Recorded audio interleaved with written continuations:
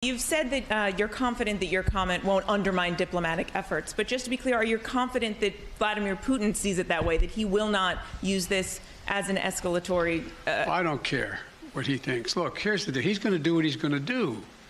Putin, look. But you're not concerned that he may see your language and view that as a sign of a reason for escalation, use that as an excuse to escalate, given his recent behavior? Given his recent behavior, you should, excuse me, I shouldn't say that to you. Given his recent behavior, people should understand that he is going to do what he thinks he should do, period. He's not affected by anybody else, including, unfortunately, apparently his own advisors. This is a guy who goes to the beat of his own drummer. And the idea that he is going to do something outrageous because I called him for what he was and what he's doing, I think is just not rational. Thank you. Wow. Thank you. He only gets better. I mean, I'm sorry. Just thank you. This whole idea, well, what does Vladimir Putin think? You know what? When that question was asked yesterday, I was like, I don't care. We don't care. We've been trying to figure out what Vladimir Putin thinks, and then he invades Ukraine. We've been trying to figure out what Vladimir Putin thinks, and then he bombs children's hospitals. We've been trying to figure out what Vladimir Putin thinks, and then he bombs maternity wards. Then he bombs cancer hospitals. Then he bombs civilian homes. They target. Who cares what he thinks? Yeah, let me say that again.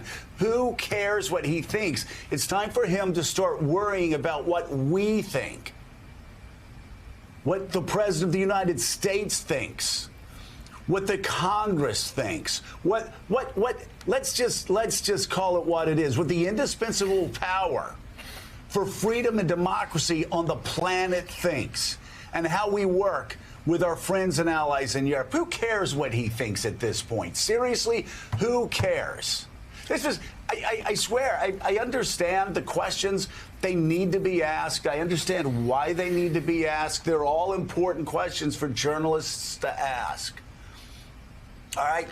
But it's also fine for the president to become impatient. You know, Ronald Reagan constantly through the 1980s was hearing this nonstop. He dared to talk about peace through strength. He dared to deploy Pershing Cruise 2 missiles into Germany. Oh, my God, millions of people would go out in the streets and they would protest and they would burn American flags and they would burn Reagan in effigy. Oh, he's gonna get us into World War III. We heard that time and time and time again. Please look it up, okay? Go back and do some checks about what people said about Ronald Reagan when he took a strong position and called the evil empire what it was, an evil empire. Diplomats were shocked and stunned and deeply, oh, this is terrible. Now we can never negotiate with that. No, actually, Reagan was right. We won the Cold War. I know a lot of people on the left love to say, oh, it only happened because Mikhail Gorbachev. No, it only happened because the United States of America and Ronald Reagan and our NATO allies pushed them into a corner that they couldn't get out of. Economically, militarily, politically, in every other way. That's happening now. For 20 years, we've had presidents that have allowed Vladimir Putin to push the world around. That stopped. That stopped. And by the way, if Joe Biden sees refugees, if he sees mothers, if he sees orphans, if he sees family members who lost a Holocaust survivor in this round of bombing, yeah, I hope he gets emotional. And I hope he calls him what he is. Look at the man. Look at the man on your screen. You know what he is? He's a butcher. He's a butcher of babies.